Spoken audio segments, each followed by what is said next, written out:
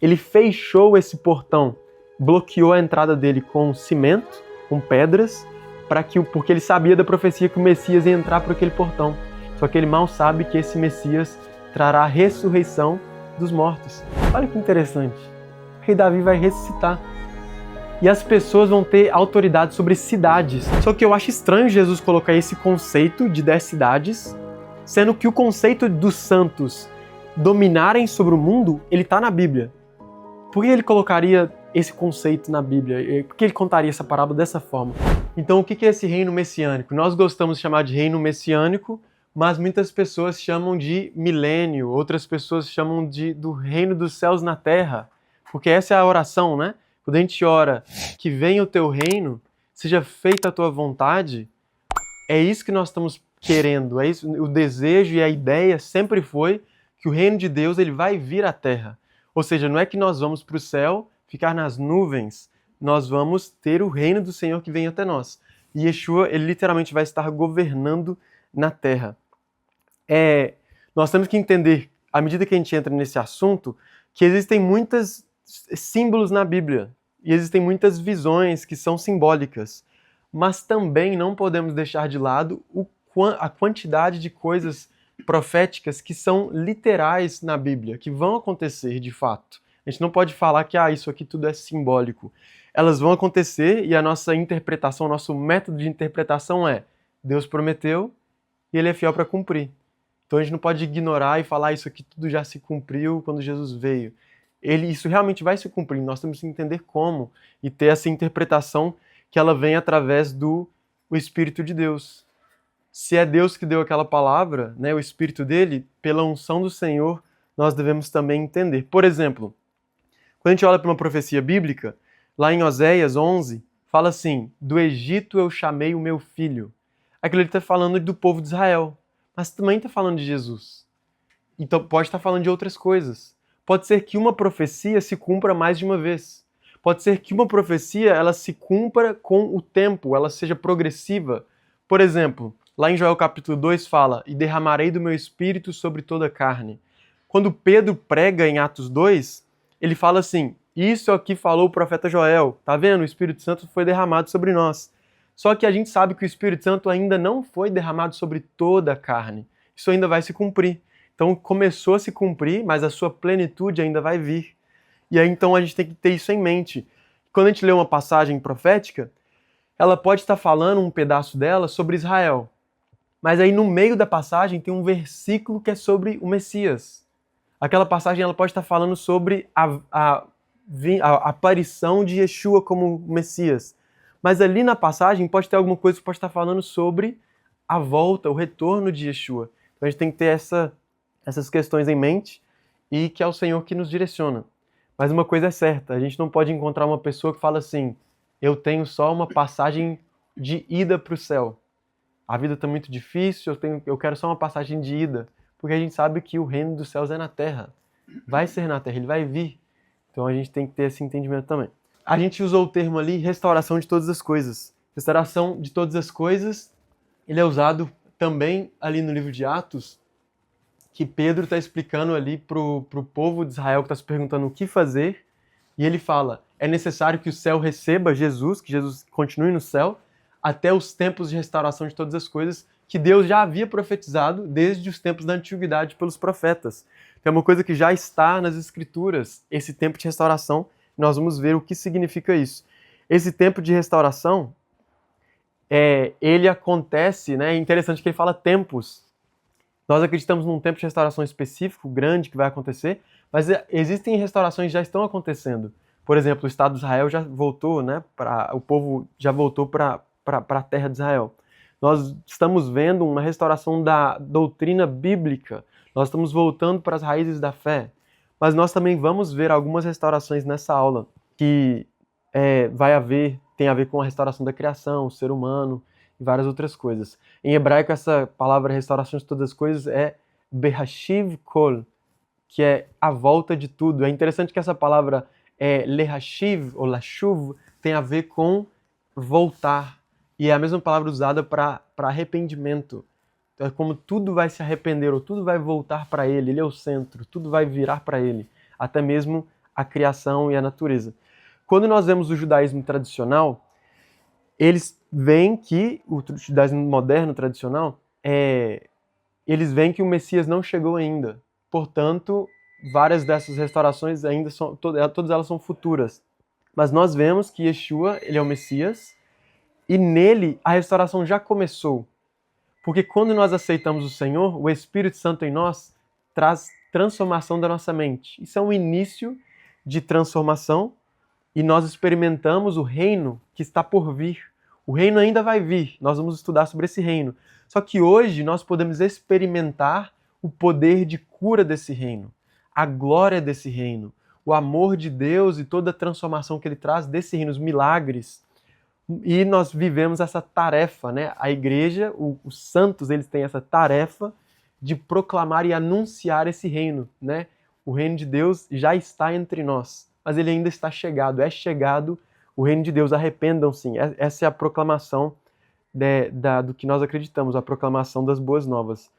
Mas ele só será plenamente, vai acontecer na sua segunda vinda. Lá em Romanos 8, Paulo fala sobre até mesmo a criação gemendo. Ele fala assim, a criação aguarda com expectativa a revelação dos filhos de Deus. Pois a criação está sujeita à vaidade. Essa palavra vaidade significa inutilidade, significa algo transitório ou até mesmo corrompido.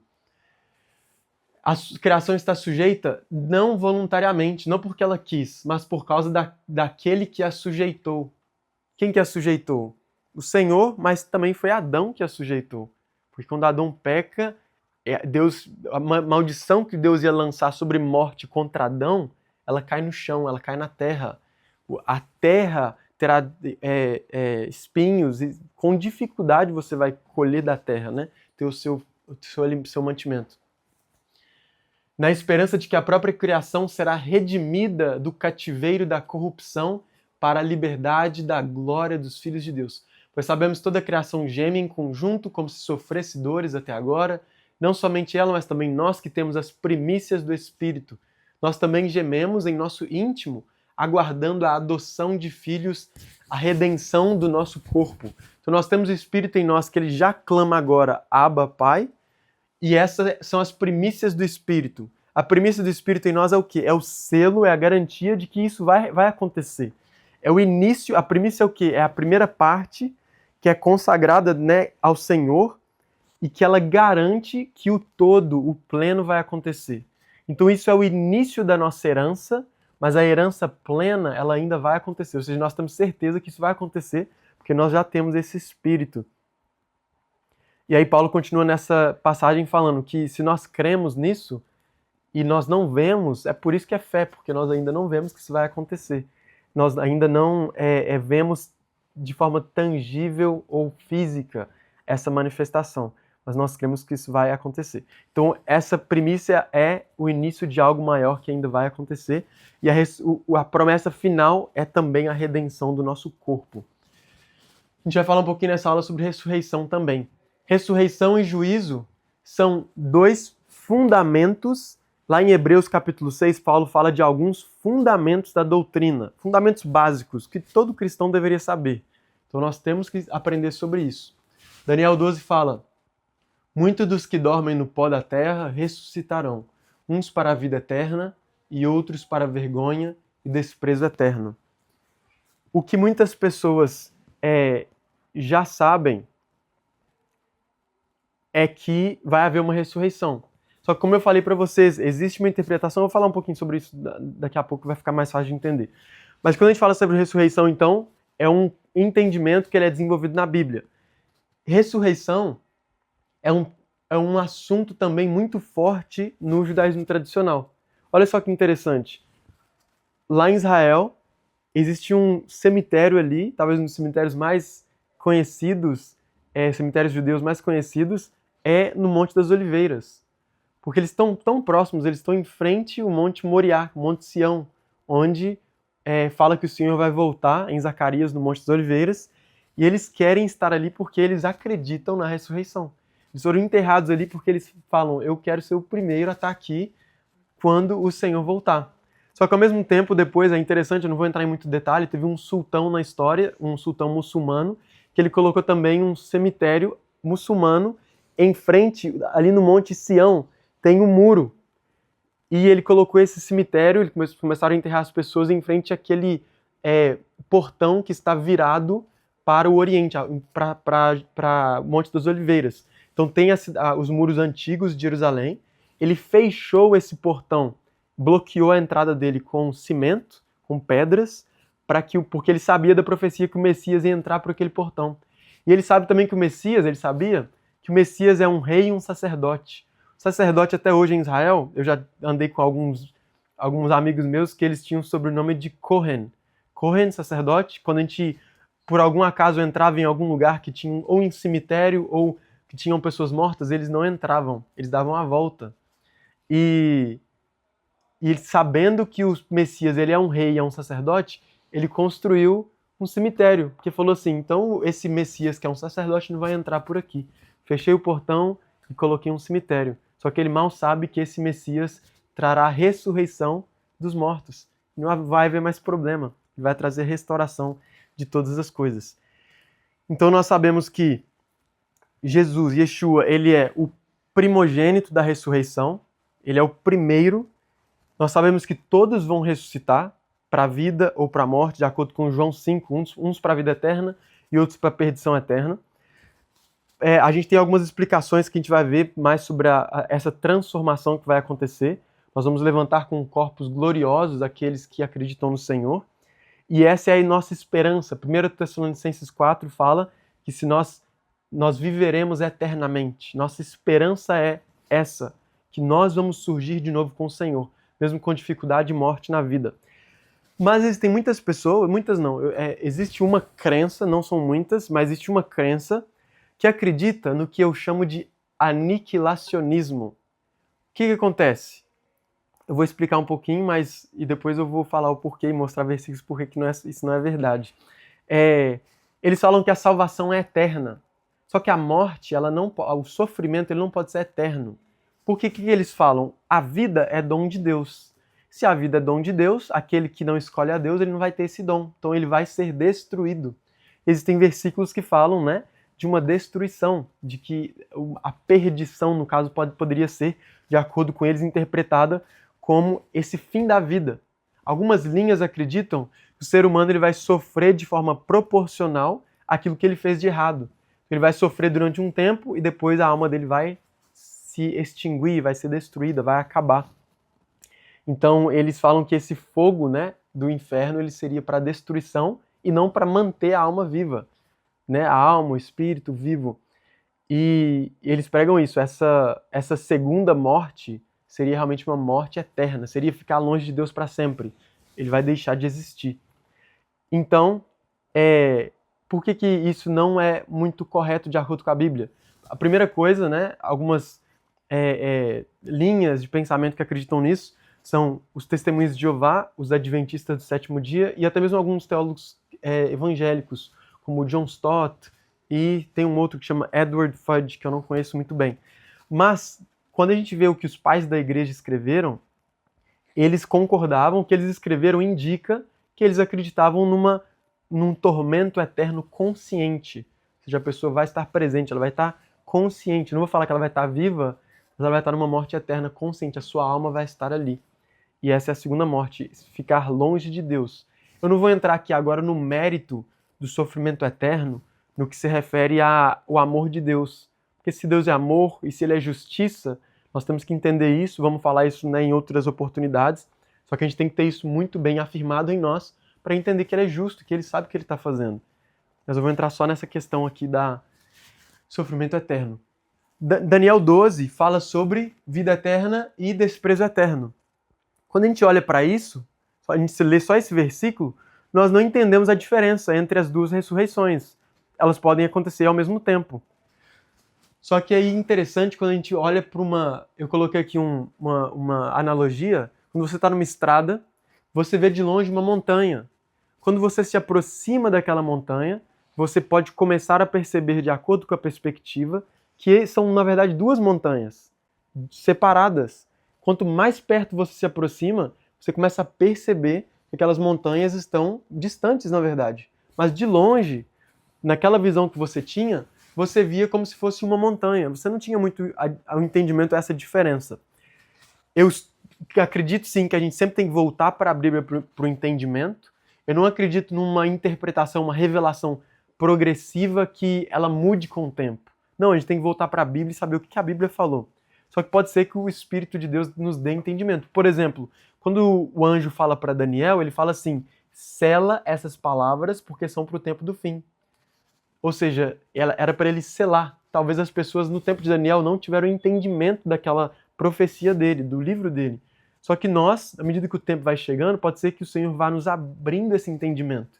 E nós vamos percebendo. Só que sempre é a palavra de Deus, não muda, nós vamos voltar para a Bíblia, e é o Espírito Santo, a unção do Senhor que nos ensina todas as coisas. Então, sobre ressurreição, quando a gente vê Daniel, uma ressurreição, mortos e o tormento e a salvação. Mas lá em Mateus 25 diz assim: irão esses para o tormento eterno, mas os justos para a vida eterna. Apocalipse 20. E o diabo que os enganava foi lançado no lago de fogo e enxofre, e serão atormentados de dia e de noite para todo sempre. Então, o lago de fogo é sinônimo de ser atormentado para sempre, literalmente. E a morte e o inferno foram lançados no lago de fogo. Essa é a segunda morte. Qual é a segunda morte? Ser atormentado dia e noite, lago de fogo. E aí ele fala: e aquele que não foi achado escrito no livro da vida foi lançado no lago de fogo, ou seja, a mesma punição.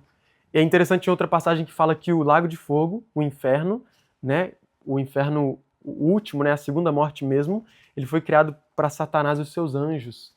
Mas, infelizmente, muitas pessoas vão também se rebelar contra Deus, assim como Satanás, e receber a mesma punição que ele.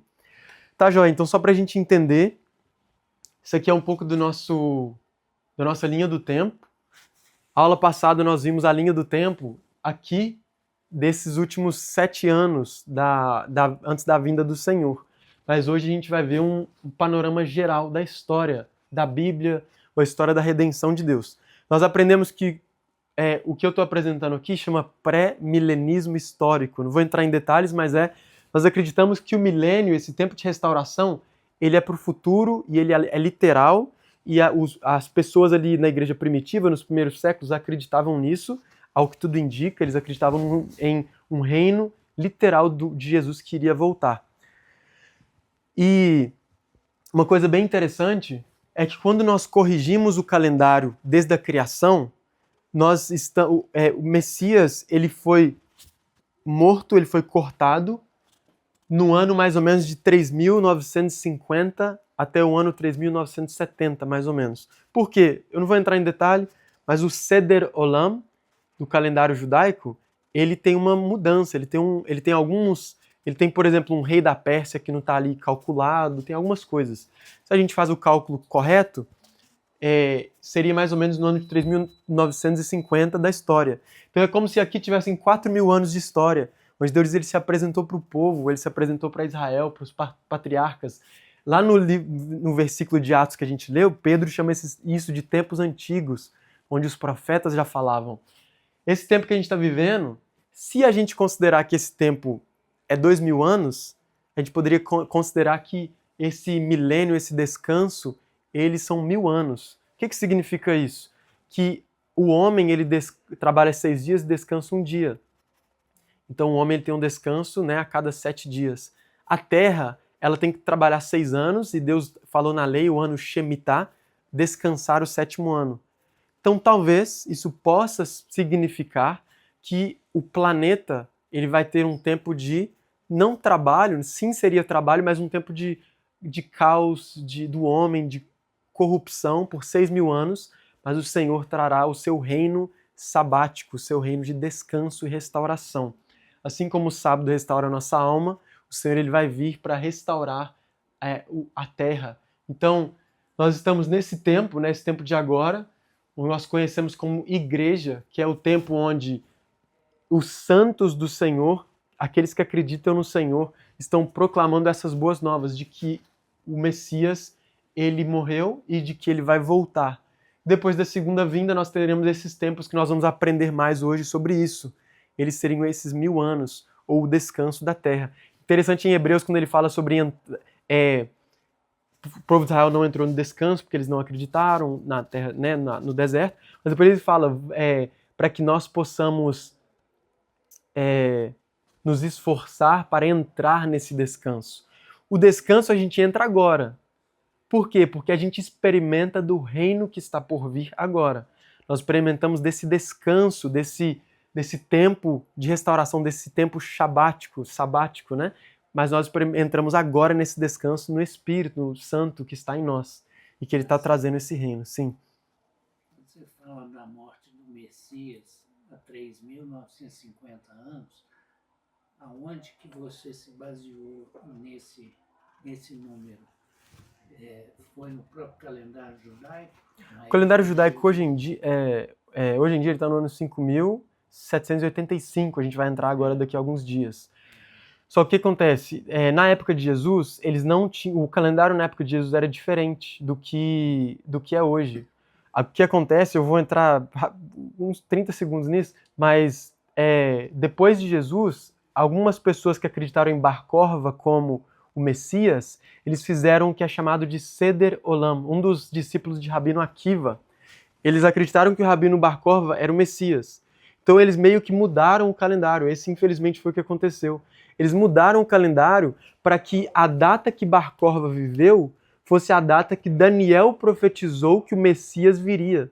Daniel profetizou uma data sobre o Messias, só que aquela data dava em Jesus. Por eles acreditarem que Bar Korva era o Messias, Bar Korva viveu 100 anos no primeiro século, basicamente. Então, basicamente, esse calendário que eles têm hoje de 5.785, ele foi feito, mas infelizmente algumas coisas foram cortadas do calendário para que ele pudesse dar aquele ano que o Messias viria, de acordo com Daniel, ele seria aquele ano de Bar Korva. Bar Korva foi ele por volta do ano 130. Então, basicamente, a gente entende que por volta de 165 a 180 anos foram perdidos desse calendário. Ele chama Seder Olam. Esse calendário ele foi um pouco modificado. Nós respeitamos muito esse calendário, o calendário bíblico, né, que é o calendário anual das festas. O Ano Novo está aproximando agora, só que infelizmente o ano ele provavelmente foi mudado. Mas de qualquer forma, mesmo que o ano não tenha sido mudado, nós acreditamos que o reino do Messias vai vir e que ele vai restaurar todas as coisas. Sim. Esses que na cova, né? Tem vários outros, né? Que apareceram nessa mesma época que Jesus, né? Sim. Só que, se não me engano, né? Parece que eles queriam fazer uma revolução, vamos dizer assim, né? Com a espada mesmo, né? Eles estavam se rebelando. Mortes violentas também, né?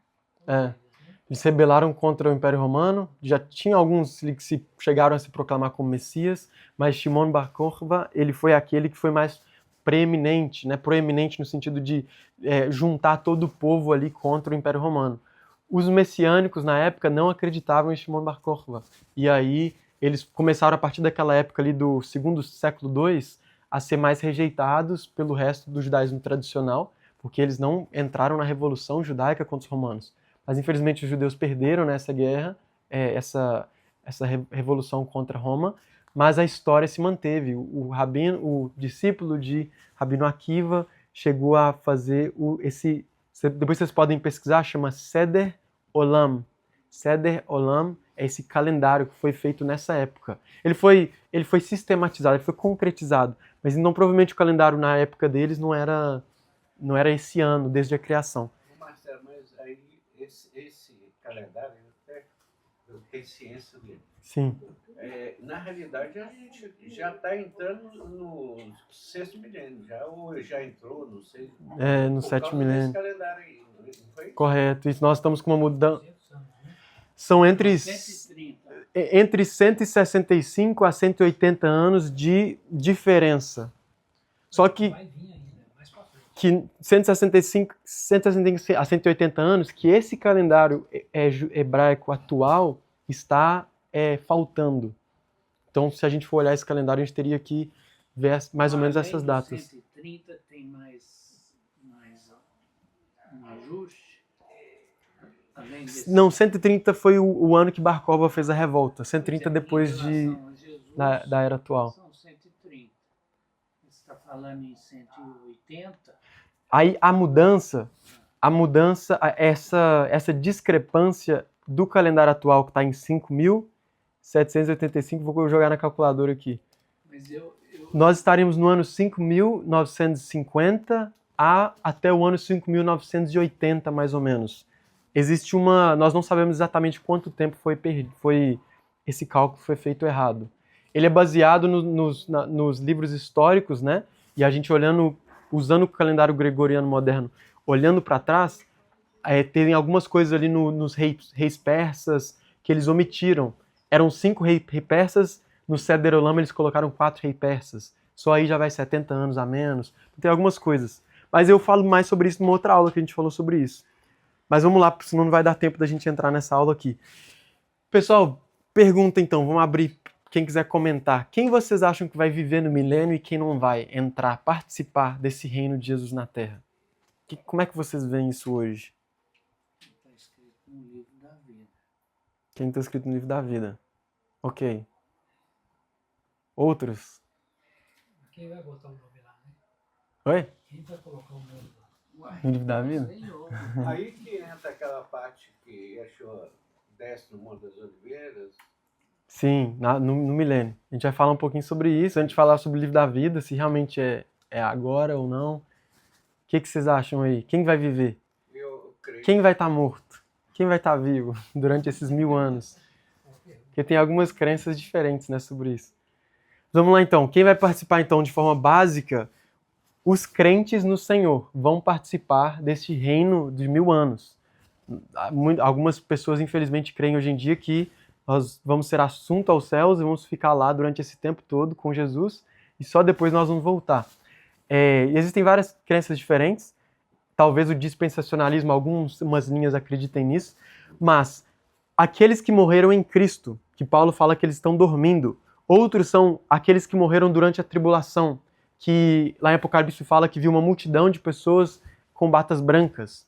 Eles são mártires da tribulação, foram decapitados. E também todos nós que cremos no Senhor e perseveramos até o fim. Então, quem aceita o Senhor durante os anos de perseguição mais intensa ou agora, não faz muita diferença. Todos nós vamos perseverar até o fim. Nós falamos isso nas últimas 2 aulas, mas nós vamos entrar nesse milênio com o Senhor. Outras pessoas que vão entrar nesse milênio os santos que acreditaram no Senhor no Antigo Testamento. Eles tinham fé no Senhor, na redenção de Deus. Eles não conheceram Jesus, muitos deles, mas é interessante que fala que Abraão viu o meu dia e o esperou, e o espera. Ou seja, eles acreditavam no Senhor, porque o Cordeiro ele foi imolado antes da fundação do mundo. Vamos lá então. Apocalipse 20 fala um pouquinho sobre esses mártires. Eu vou ler só o que está em negrito muitas das vezes, então não vou ler tudo para a gente acelerar. E vi as almas daqueles que foram degolados pelo testemunho de Jesus e pela palavra de Deus. Viveram e reinaram com Cristo durante 1000 anos. Mas os outros mortos não reviveram até que os 1000 anos se acabaram. Bem-aventurado santo aquele que tem parte na primeira ressurreição. Sobre este não tem poder sobre a segunda morte. Então, uma coisa que a gente falou na aula passada, a gente perguntou, o juízo ele é antes ou depois do milênio? Vai ter um juízo antes do milênio, porque ele está escrito, e vi tronos, se assentaram neles quem foi dado o poder para julgar. A gente vai ver quem julga daqui a pouco. Só que aí ele fala daqueles que foram degolados, ou seja, no tempo de tribulação, provavelmente o que o anticristo vai fazer, na sua maior parte, é decapitar aqueles que não aceitam a marca ou aqueles que se rebelam contra ele ou seguem o Senhor, seguem o Cordeiro. E depois desse trono, depois desse tempo, vai haver 1000 anos em que nós vamos reinar com o Senhor. E também esses que passaram pela tribulação. Nós vemos aqui aquela questão da montanha. Olha só a ressurreição. Existe uma primeira ressurreição, existe uma segunda ressurreição. Existe uma primeira morte, que é a morte física, a segunda morte, a morte espiritual, que é a morte eterna.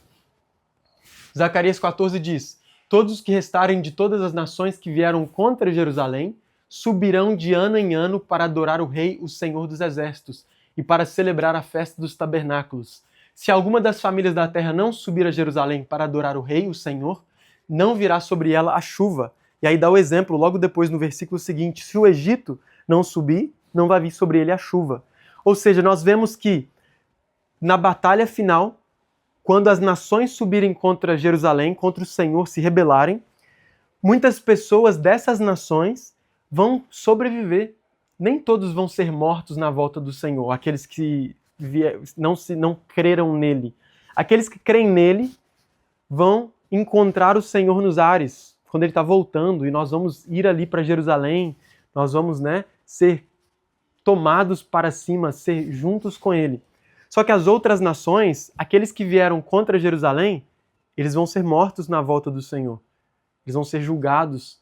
Só que aqueles que sobreviveram, a gente vai ver que vai haver um julgamento. Mateus capítulo 25 fala que ele vai separar os bodes e as ovelhas.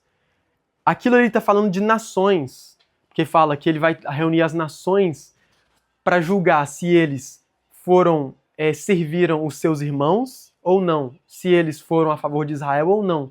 Mas eu também acredito que isso pode se referir a um julgamento individual, se aquela pessoa vai entrar no reino milenar ou não.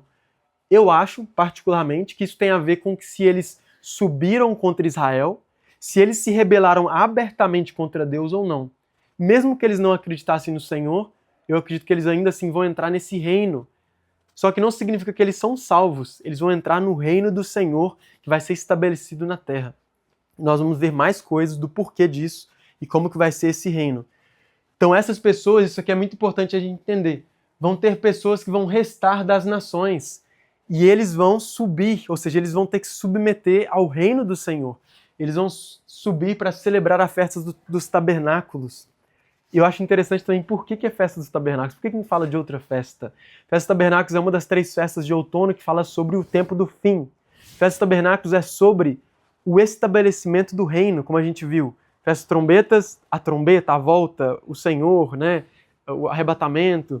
Depois a festa de Yom Kippur, arrependimento. Israel vai ver a quem eles transpassaram e vão se arrepender. Fala em Zacarias 12, nós já vimos esse versículo. Derramarei um espírito de súplica e graça sobre a casa de Israel e a casa de Davi. E depois vem a festa dos tabernáculos, o estabelecimento do reino. Começa nesse tempo. Esse é o reino já do Senhor. Só que ainda nós esperamos a cidade celestial, porque fala ali, a Bíblia fala que Abraão, ele era peregrino e ele esperava uma cidade. Ou seja, aqui ainda, a festa dos tabernáculos é porque você vive num lugar, é claro que as nações vão ir ali para a festa dos tabernáculos, para celebrar as festas dos tabernáculos precisa de templo. Só que ao mesmo tempo você celebra nas cabanas, no deserto ou em qualquer lugar, e você sabe que ainda você tem uma cidade celestial. Nós vamos ver que a gente vai ter ainda essa cidade. Então é de se entender que vão haver sobreviventes das nações. Isso é muito importante para a gente pensar como que vai ser esse reino na Terra. Vai ser um reino glorioso, só que ao mesmo tempo muito diferente do que às vezes muitos de nós pensamos. Isso aqui indica que as festas bíblicas vão estar sendo cumpridas, não só por Israel, mas pelas nações. E que nós vamos ter tempos específicos durante o ano de celebrar essas festas. Vamos lá. Tikkun Olam significa a restauração do mundo, a restauração de todas as coisas. Tikkun é esse termo para restauração. Primeira coisa que vai ser restaurada, então, a gente viu, é a adoração. Também deles tomarei alguns para sacerdotes e levitas, diz o Senhor, porque novos céus e nova terra hei de fazer, diz o Senhor. Há de estar a vossa posteridade e o vosso nome. E será que de uma festa de lua nova a outra e de um sábado a outro virá toda a carne adorar perante mim, diz o Senhor. Isaías 66. Pessoal, muito importante entender que novos céus e nova terra às vezes está falando sobre o tempo da Nova Jerusalém, que é depois. Só que é por isso que eu disse, a gente tem que entender que nessa passagem pode estar falando dos dois. Muitas passagens estão falando da vinda de Jesus e também do reino messiânico. Então a gente tem que ter esse entendimento, esse discernimento. Mas eu mostro o texto completo para vocês em vez de cortar, porque eu quero que vocês sejam capazes depois de ir e ler e tirar suas conclusões, e ver o que o Senhor está revelando. Porque é assim que nós aprendemos. Nós contemplamos a palavra do Senhor e deixamos ela nos transformar, ao invés de somente colocar aqueles versículos que são favoráveis ao que nós acreditamos.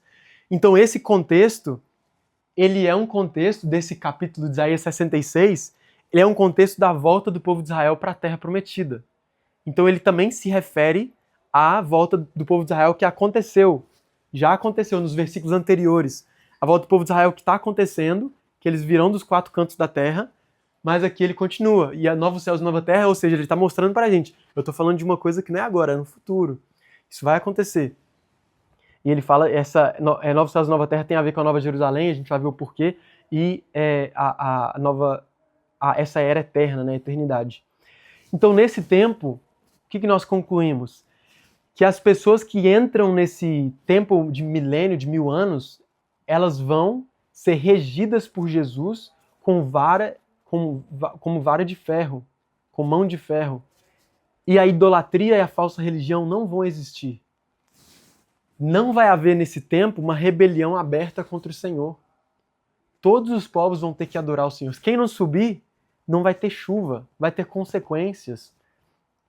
E esse conhecimento de Deus vai ser universal. Não sei se vocês lembram de Jeremias 31, que fala da nova aliança. Ele fala assim, e farei uma nova aliança com a casa de Israel e com a casa de Judá. Depois ele continua para falar, e uma pessoa não precisará ensinar a outra, porque todos me conhecerão. Isso não se cumpriu ainda. Nós precisamos ensinar e nos fortalecer no Senhor e pregar para outros, porque nem todos conhecem a Deus. Mas nesse tempo, todos vão conhecer ao Senhor. Então, esse novo pacto que foi instaurado em Jesus, ele ainda vai, esse cumprimento dessa profecia ainda vai se desenvolver no futuro. Todos vão conhecer a Ele. Uma coisa que nós precisamos entender, que nós vamos ter corpos, então, glorificados, renovados. Lá em 1 João 3, diz que nós seremos semelhantes ao Senhor quando nós vermos Ele assim como Ele é. Ou seja, na volta do Senhor, nós vamos ver Ele e, de acordo com 1 Coríntios 15, num piscar de olhos, nós vamos ser transformados, ou seja, corpos gloriosos.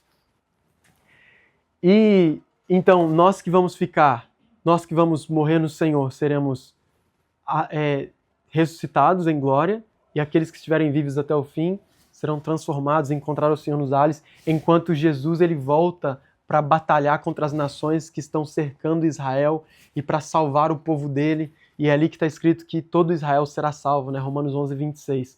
Eles reconhecerão o Senhor e todos eles vão entrar. Ele vai literalmente resgatar eles e todo Israel vai entrar no reino milenar.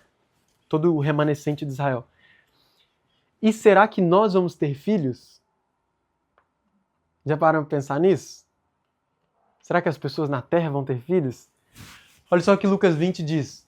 Respondeu Jesus, os filhos deste mundo casam-se e dão-se em casamento, mas os que foram havidos por dignos de alcançar o mundo vindouro e a ressurreição dos mortos não hão de casar, nem ser dados em casamento, porque já não podem mais morrer. Olha que interessante. Aqueles que têm o corpo glorificado não podem mais morrer. Estes não vão se casar, pois são iguais aos anjos e são filhos de Deus, sendo filhos da ressurreição. Ou seja, eles são iguais no sentido de não podem morrer, estão vivos com o Senhor eternamente, tudo mais. Olha só que interessante. E ele continua para falar no versículo 37, 38, logo depois, ele ensina para os saduceus por que tem que haver ressurreição. Ele fala assim, Deus disse que ele é Deus de Abraão, de Isaac e de Jacó.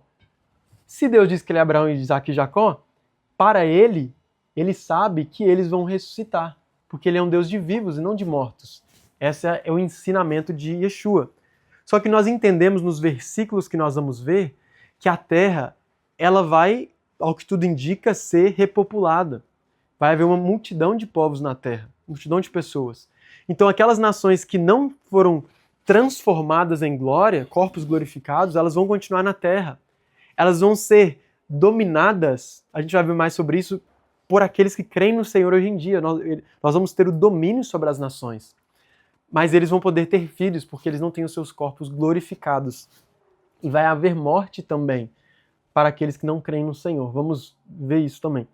Já estamos um tópico em cima do outro.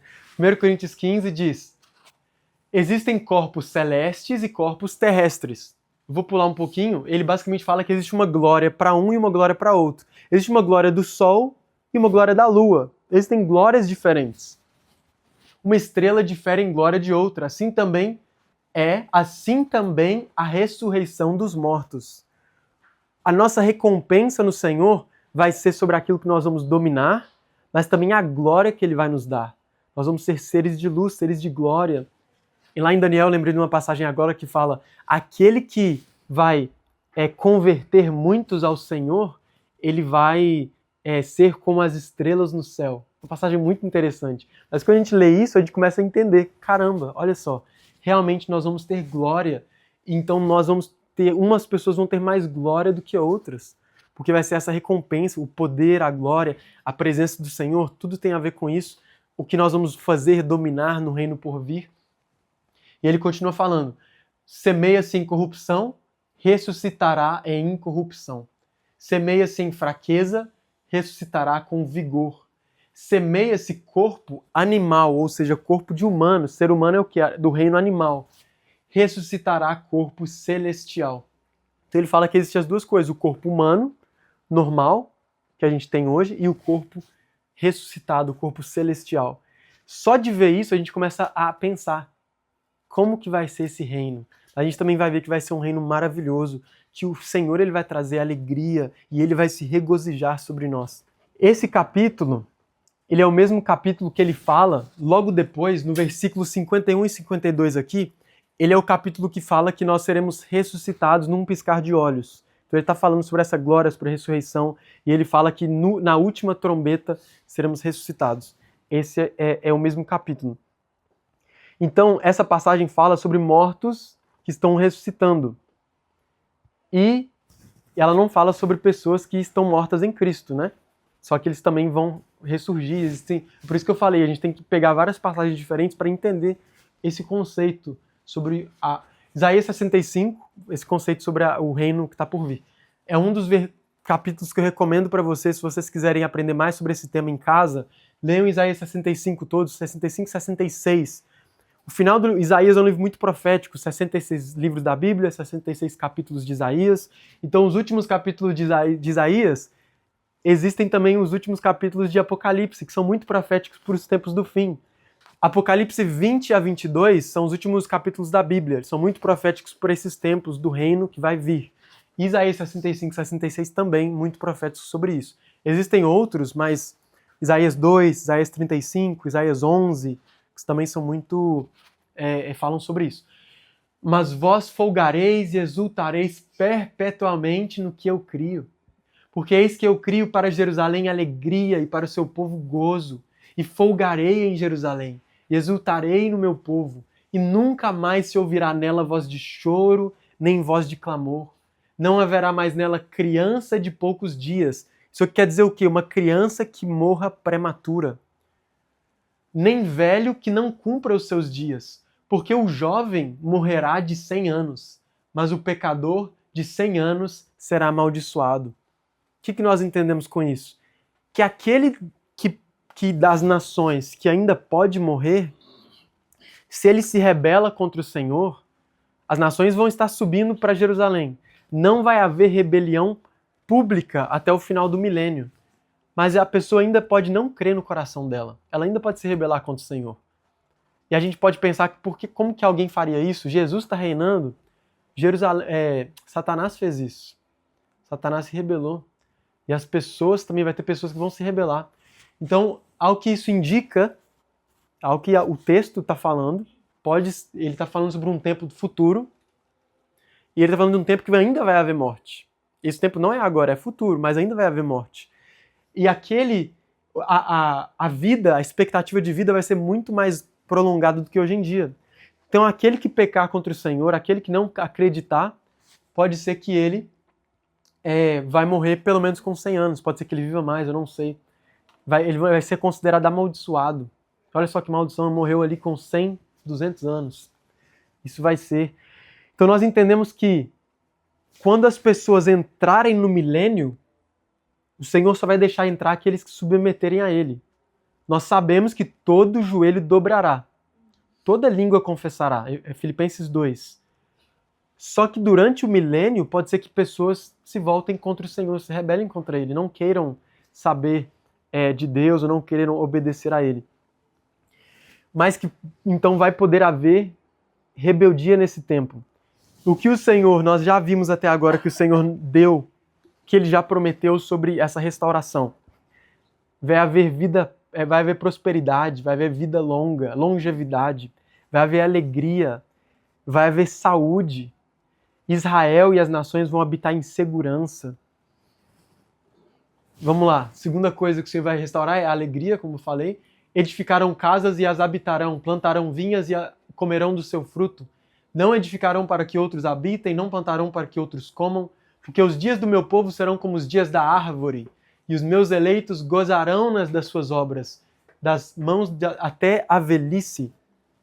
Esse capítulo, ele continua para falar sobre um caminho alto, chamado de o caminho santo.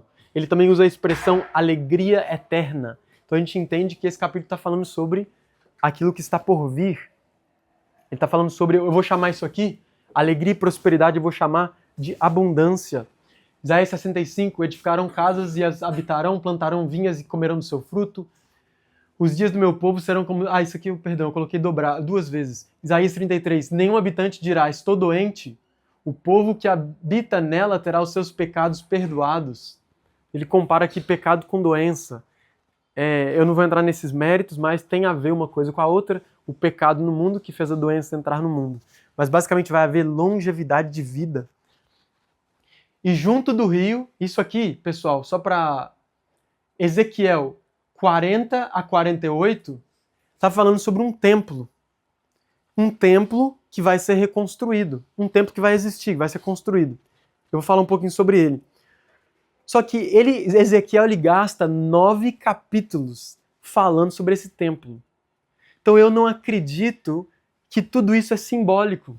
Que tudo isso é tipo assim, não, ele está falando da igreja, ele está falando do reino, da nova... Tipo assim, do conceito celestial, vai ser perfeito. Não, ele está dando detalhes, está dando medidas. Ele está falando de algo literal.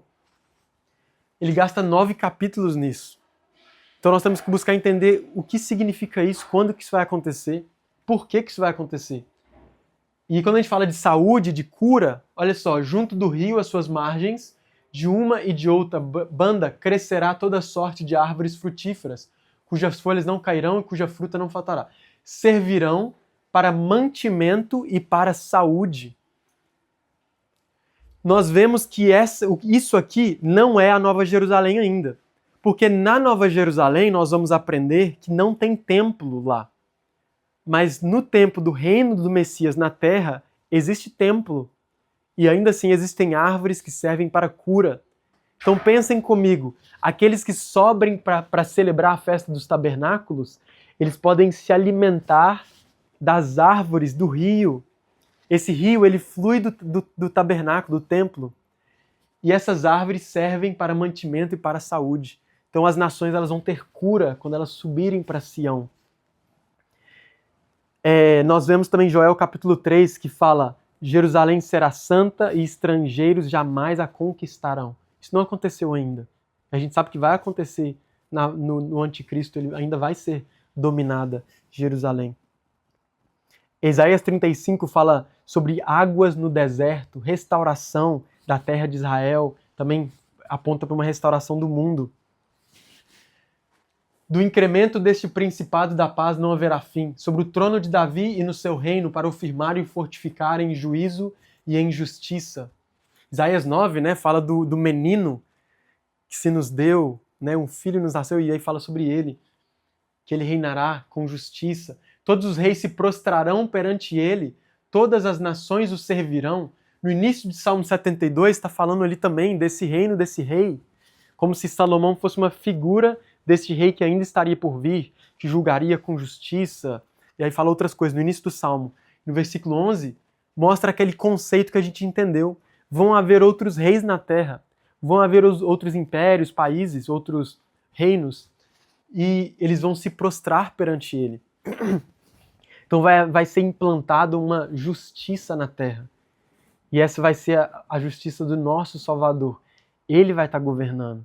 Ele vai estar restaurando todas as coisas. Gente, quando eu estava estudando sobre essa aula, eu pensei muito no filme de Nárnia. Para quem já assistiu Nárnia, é uma terra onde existe Aslan, o leão, que é um símbolo do Messias. literalmente é um símbolo do Messias. Quem escreveu C.S. Lewis, que ele era cristão e ele escreveu pensando nisso. Então esse reino que vai haver vida, que vai haver paz, e a gente começa a pensar mais. Existe muita coisa para a gente aprender e conhecer ainda sobre esse reino, mas é um reino glorioso, diferente daquilo que às vezes a gente é ensinado, né? De ficar no céu tocando harpa, ficar nas nuvens, essa coisa diferente. Então o milênio será um período governado diretamente por Yeshua, sem corrupção ou injustiça. Isaías 11. Naquele dia as nações buscarão a raiz de Jessé, que é o Messias, que será como uma bandeira para os povos, e o seu lugar de descanso será glorioso. Naquele dia o Senhor estenderá o braço pela segunda vez para resgatar o remanescente do seu povo, de todas essas nações aqui. O que é interessante é porque ele fala resgatar uma segunda vez dos 4 cantos da terra. Ajuntará o seu povo de Judá desde os 4 cantos da terra. Então ele está falando sobre Judá. Estamos falando sobre o povo de Israel. E muitas pessoas veem que como se isso aqui já tivesse acontecido na Babilônia. Só que talvez isso aqui não está falando da Babilônia. Talvez ele está falando da volta recente de Israel moderno. Porque na Babilônia, o povo foi espalhado ali na região da Babilônia e do Oriente Médio. Agora aqui está falando dos 4 cantos da terra. A palavra do Senhor é verdadeira. Ele fala e ele vai cumprir. Então aqui, quando ele fala uma segunda vez, a gente aprendeu, o anticristo vem, a abominação da desolação. Eles são espalhados. Então ele vai reunir o povo dele para Israel, mais uma vez. Esse capítulo, ele fala do reino milenar. Isaías 11 fala o Espírito do Senhor está sobre mim, né? O Espírito de paz. Aí eu vi isso com o Luiz outro dia, né? O Espírito de justiça e de paz, de sabedoria, de entendimento. Ele está falando depois de Isaías 11, vocês podem ler também sobre o reino milenar. Ele fala sobre esse rei, fala sobre esse reino, como que ele vai julgar, como que vai ser. E ele fala isso. Ezequiel 37. E meu servo Davi será rei sobre eles, e todos terão um só pastor, e andarão nos meus juízos, e guardarão os meus estatutos e cumprir-se-ão. Habitarão na terra que dei a Jacó, meu servo, na qual habitaram seus pais, nela habitarão eles e seus filhos de seus filhos para sempre. E meu servo Davi será o seu príncipe para sempre. Existem outras passagens sobre Davi reinando. O meu servo Davi, o qual levantarei sobre eles. Então esse servo Davi está falando do Messias, que ele ia levantar. Só que quando eu estava lendo essa passagem, eu comecei a pensar, caramba, vocês já pensaram que Davi, o rei Davi, ele vai ressuscitar? Olha que interessante. O rei Davi vai ressuscitar. E as pessoas vão ter autoridade sobre cidades. Nós vamos ler sobre isso em um instante. Então por que Davi não poderia ter autoridade sobre Jerusalém? Sobre a cidade de Davi, não sei. Só que é uma coisa a se pensar, mas é claro que nós entendemos Davi como uma tipologia para o Messias. Está falando, né? Várias passagens falam do Davi, que ele iria levantar, fala do Messias, de Yeshua que vai reinar. Esse capítulo aqui, Ezequiel 37, está falando do vale dos ossos secos. E Deus fala para Ezequiel, essa é a nação de Israel que eu vou restaurar. Então quando ele fala, meu príncipe estará sobre eles para sempre, Davi já tinha morrido. E ele está falando sobre algo futuro, sobre um reino que ainda vai vir. Que ele vai restaurar Israel e haveria um reino eterno. Então ele vai restaurar, a gente já está aprendendo sobre o reino de Israel que ele está restaurando. Aqueles, pois, que se haviam reunido, perguntaram-lhe, dizendo, isso aqui são os discípulos perguntando para Jesus, Senhor, restaurarás tu, neste tempo, agora, o reino a Israel? E Jesus ele não contradiz os discípulos, eles falam assim, gente, não cabe a vocês saber sobre isso agora. Isso pertence ao Pai. Mas Jesus não contradiz eles. Os discípulos tinham o entendimento que Jesus ele ia restaurar o reino a Israel. Por que o reino a Israel? Porque Jerusalém vai ser a capital do mundo. E quando a gente fala do reino de Israel restaurado, perdão, essa imagem está bem ruim, mas basicamente aqui é Israel, e essas aqui são as fronteiras que algumas pessoas pensam que poderia ser o reino de Israel estendido. Ou seja, lá em Gênesis 15 e também Êxodo 23, fala de algumas fronteiras que Deus daria aos descendentes de Abraão. Isso também não foi cumprido na sua plenitude. E talvez não seja tão grande assim. Talvez ele venha daqui, porque ele fala, né, que vai descer até o Eufrates, e ele fala, talvez suba até aqui, eu não sei exatamente, mas o reino, ele com certeza é maior do que Israel tem hoje, ou que já teve. Então ele vai restaurar. Israel vai receber, de acordo com o que foi prometido com Abraão, a herança completa. Sobre o reino de Israel ainda, Lucas 19. E veio, isso aqui na verdade fala sobre a recompensa, sobre o domínio dos santos. Senhor, isso aqui é uma parábola, viu? Das minas. A tua mina rendeu 10 minas. E ele lhe disse, bem está, servo bom. Porque no mínimo foste fiel, no pouco você foi fiel, sobre 10 cidades terás autoridade. Isso aqui é uma parábola. Só que eu acho estranho Jesus colocar esse conceito de 10 cidades, sendo que o conceito dos santos dominarem sobre o mundo, ele está na Bíblia. Por que ele colocaria esse conceito na Bíblia? Por que ele contaria essa parábola dessa forma? Então eu acho que é uma coisa real. Coríntios 6 fala, não sabeis que os santos hão de julgar o mundo? Lembra que falou ali que os tronos seriam postos e aqueles nos quais há poder de julgar? A gente vai ver que os 12 apóstolos, eles vão sentar em 12 tronos para julgar as 12 tribos de Israel. Mas também ele está falando aqui que nós vamos julgar o mundo. Nesse contexto ele fala que nós vamos julgar as potestades. Nós vamos aquele que vamos definir sentença. Nós vamos ser como o nosso Messias. Pelo Espírito Santo vamos definir sentença. Vocês estão julgados para a eternidade sem o Senhor.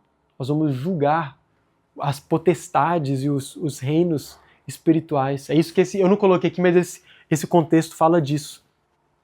Ou seja, é interessante lá em Atos, né? Ele fala sobre... Gente, eu vou acelerar aqui, vou tentar terminar, a gente vai atrasar um pouquinho, só para me deixar essa matéria para depois, para fazer outra aula. Eu lembrei de um versículo que fala aquele a quem vocês perdoarem, vos ser-lhe-á perdoado os pecados. Olha que autoridade que a igreja já tinha de perdoar pecados. Que eles podiam perdoar pecados ou não. Mateus 19, quando eu me assentar no trono da minha glória, vocês se assentarão sobre 12 tronos para julgar as 12 tribos de Israel. Eu falei sobre isso. Isaías 2. Acontecerá nos últimos dias que se firmará o monte da casa do Senhor no cume dos montes. Ele será elevado acima dos outros. E todas as nações correrão para ele, para o monte Sião. E virão muitos povos e dirão, vinde, subamos ao monte do Senhor e à casa do Deus de Jacó. Casa é Beit, ou Beit, e templo é Beit Hamikdash. Templo também é chamado de casa. Até hoje em Israel, quando a gente fala Habait, está falando de templo. Só que aponta que vai haver casa, esse Deus vai ter casa. Não é só uma cidade, ele vai ter casa. Então ele tem templo. Para que nos ensine seus caminhos, andemos nas suas veredas, porque de Sião sairá a lei e de Jerusalém a palavra do Senhor. Ele exercerá o seu juízo sobre as nações e repreenderá muitos povos. Então, independente de quem esteja governando sobre a terra, Deus, Jesus, está reinando sobre as nações. E estes converterão as suas espadas em enxadas e as suas lanças em foices. Não levantará espada nação contra nação, nem aprenderão mais a guerra. Então ele fala de paz mundial. Não vai haver guerra. Até o final do milênio, que a gente sabe que vai haver guerra. Depois vai vir a plenitude, né? A plenitude a gente vai aprender sobre isso, sobre a Nova Jerusalém. Zacarias 6. Eis aqui o homem cujo nome é Renovo. Ele edificará o templo do Senhor. O renovo, a raiz de Jessé, é o Messias. Ele edificará o templo do Senhor. Está falando de um templo espiritual, que é a igreja? Sim, nós somos pedra, nós somos templo, correto? Só que também está falando, ele mesmo edificará o templo do Senhor e levará glória e assentar-se-á. Edifica o templo e se assenta. No versículo anterior a gente viu sobre a casa. Ezequiel 40, 48, as especificações desse templo. Ezequiel 47, 7, a gente falou sobre essas passagens. Este é o lugar do meu trono e o lugar da planta dos meus pés. E aqui está falando é o Filho do Homem. Olha que interessante. O Filho do Homem, na passagem que está falando sobre o templo na terra sendo construído, as especificações, ele fala, Filho do Homem, este é o lugar do meu templo, onde está a planta dos meus pés. Ele não está falando de um templo nos céus.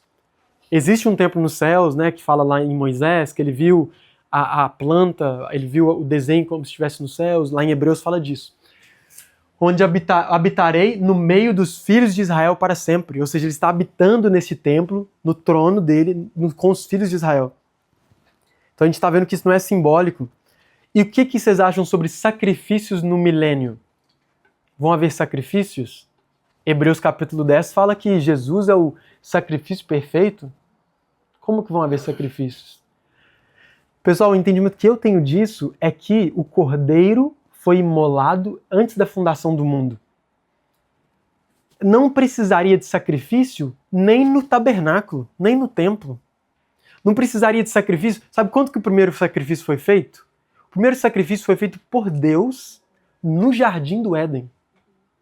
Antes de Deus lançar Adão e Eva fora do jardim, Deus sacrificou no jardim do Éden, ou seja, na perfeição, ele sacrificou para colocar túnicas sobre Adão e Eva. E depois ele lança eles fora do jardim. Então esses sacrifícios, eles não começaram com a lei de Moisés. Os sacrifícios existem para perdão de pecados? Também. Os sacrifícios, eles não perdoam pecados. Hebreus fala sobre isso, que o sangue de bois e de touros não poderiam perdoar pecados. Porque de ano em eles também não poderiam nos aperfeiçoar, porque de ano em ano o sumo sacerdote tinha que sacrificar por si mesmo e depois para Israel. Ou seja, aquilo era algo que apontava para o Cordeiro que foi imolado antes da fundação do mundo.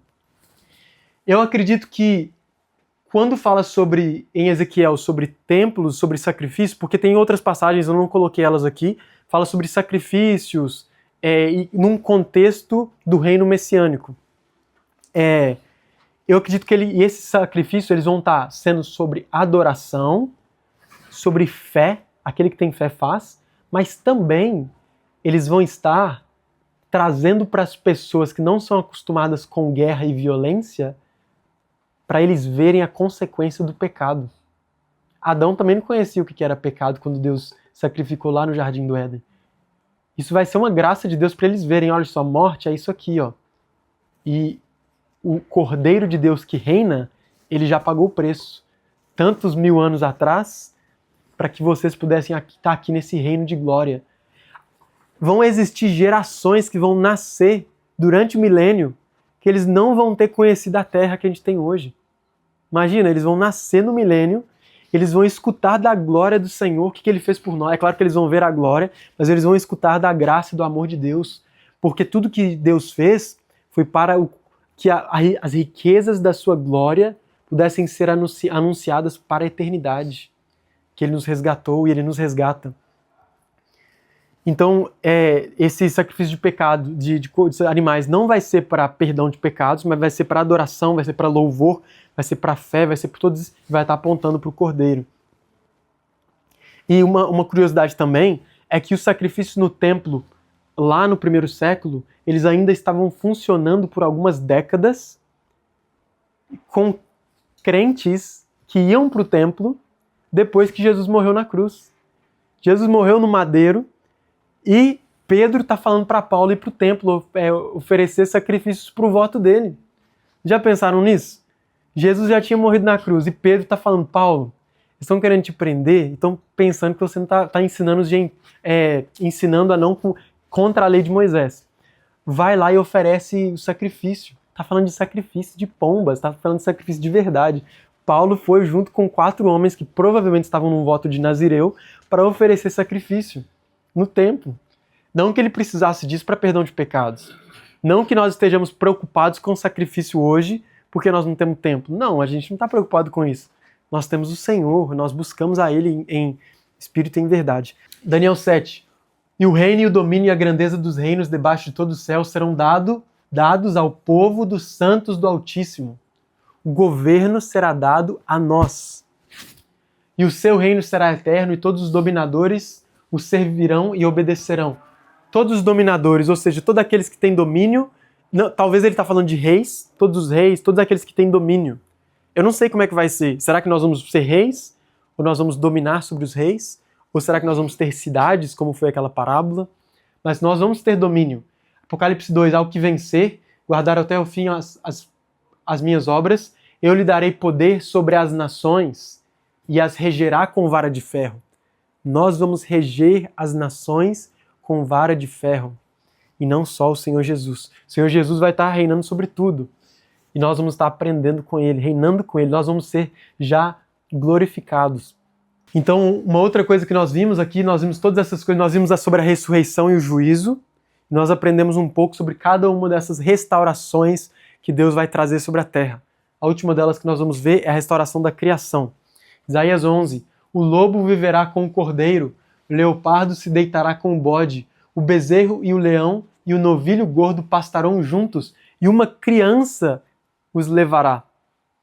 A vaca se alimentará com a ursa e os seus filhotes deitarão juntos, e o leão comerá palha, como o boi, e a criancinha brincará perto do esconderijo da áspide, a criança colocará a mão no ninho da víbora.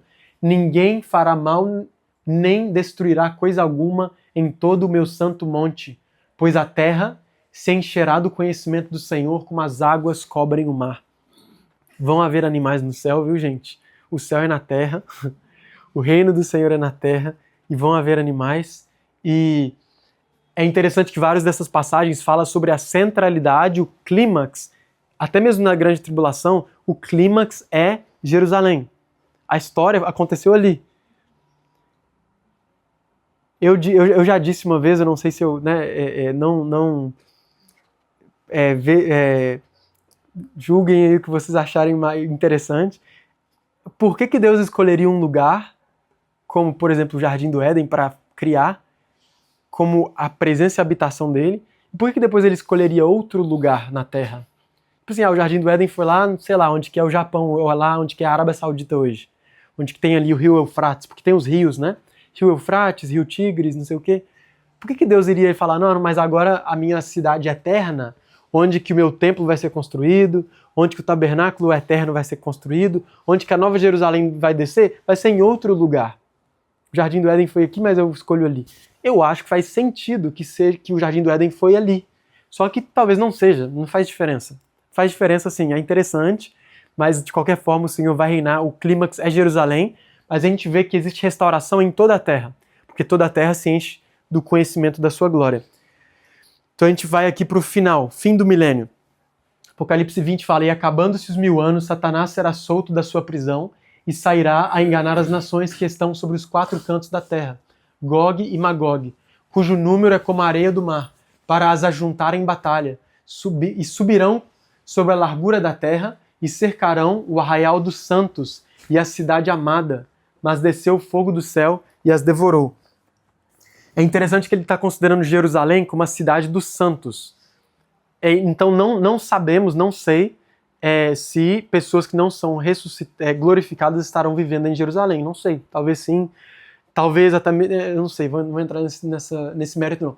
A batalha de Gog e Magog, muitas pessoas acabam colocando também antes do milênio. Porque lá em Ezequiel 38 e 39, Deus ele fala de nações muito específicas que subirão contra Israel. E o contexto ali de Ezequiel 38 e 39 é o contexto do fim dos tempos, do anticristo. Ele fala Gog, rei de Magog, então é como se ele estivesse falando do anticristo. Só que aqui também, então, ele usa de novo Gog e Magog, eu acredito que é um símbolo da rebelião. É um símbolo da rebelião, né, contra o Senhor. Então, de novo, ele vai haver essa batalha no final. Mas nós sabemos que o anticristo vai trazer os povos para batalhar contra Jerusalém. E aqui ele está falando depois desses 1000 anos, que nós aprendemos aqui sobre esses 1000 anos. Por que, então, que o Senhor ele teve esse milênio? Nós vemos aqui o milênio, né? Milênio e depois a eternidade. Por que a gente precisou desse milênio? Uma das coisas que eu penso o Senhor ele precisou mostrar que mesmo com Deus reinando, o homem não regenerado, ele ainda pode escolher mal, ele ainda pode se voltar contra o Senhor, se rebelar contra Deus. Imagine 1000 anos da terra sendo restaurada. Mas aqueles que não tiveram o Espírito Santo, igual nós, pode falar a mesma coisa. Como que eles podem, tendo o Espírito Santo, se apostatar de Deus, se rebelar contra Deus? Como que é possível uma coisa dessa?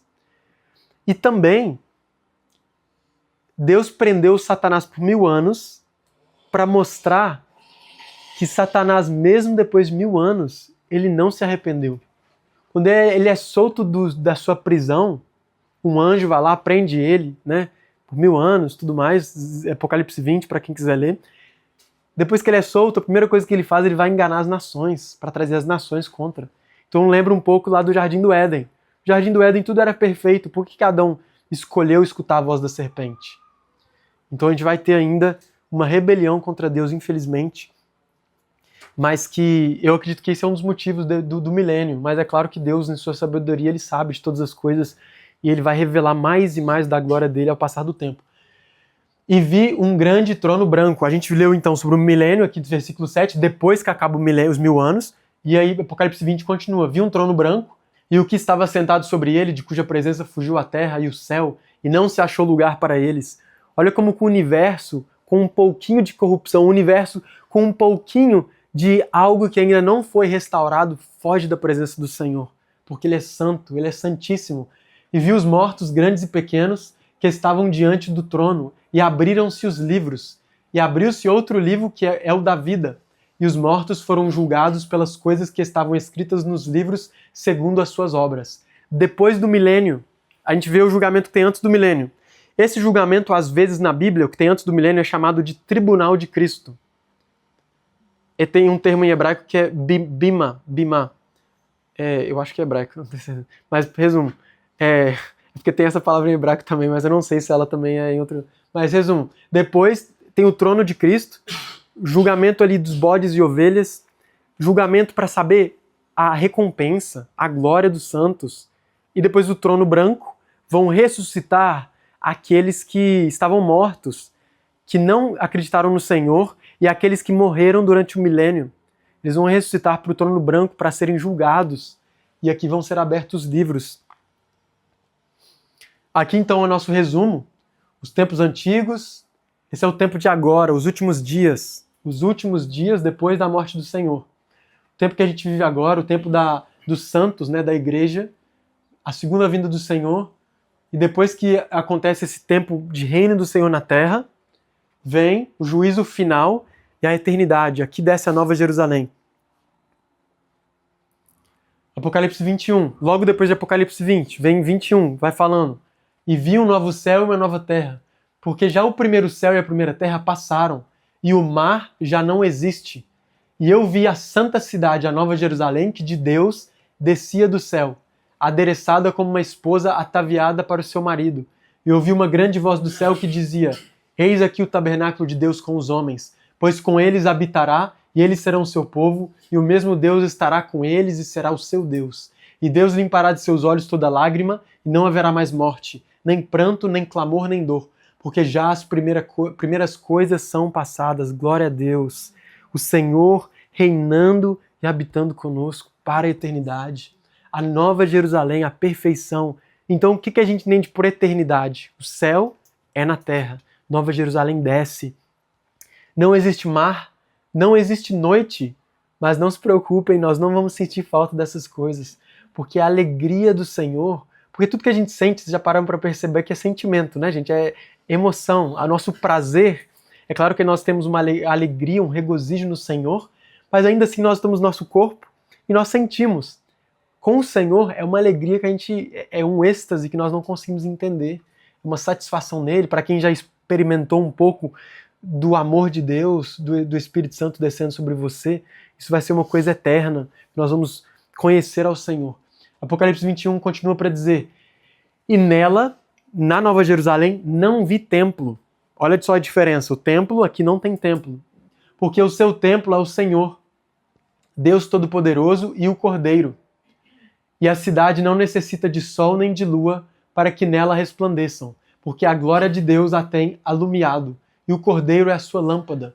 E as nações andarão à sua luz, e os reis da terra trarão para ela a sua glória e honra. Ainda existem nações, ainda existem reis sobre a terra, ainda nós estamos na terra, novos céus e nova terra. E as suas portas não se fecharão de dia, porque ali não haverá noite. E a ela trarão a glória e a honra das nações. Quando a gente vê ali em Pedro, ele fala que o mundo ele vai ser julgado, os elementos vão o mundo vai ser julgado, vão se corromper, vão desaparecer pelo fogo. O fogo é o julgamento e o Senhor, através do fogo, ele vai purificar o universo. Porque quando ele fala novos céus e nova terra, os céus tem a ver com o universo. Ele vai fazer tudo novo. Mas ainda vai ser terra. Ele vai passar o fogo, vai renovar. Assim como nós recebemos o nosso corpo glorificado, nós ainda somos nós. O nosso corpo vai ressuscitar em glória. Ou seja, os nossos ossos vão ressuscitar, só que vai ser glorificado. Assim também a terra vai chegar finalmente na restauração completa. A terra vai ser restaurada e glorificada. E ao final, né, chegamos no fim agora, para entrar nesse reino messiânico, todos nós temos que colocar nossa confiança no Senhor. Para entrar nesse reino eterno, nós temos que acreditar no Senhor. Nós temos que confessar Ele como nosso Senhor e Salvador, não só como Salvador, mas como Senhor de nossas vidas. Porque Ele voltará com juízo e vingança, mas trará paz para o seu povo. Nós podemos confiar na justiça desse Deus, desse Rei.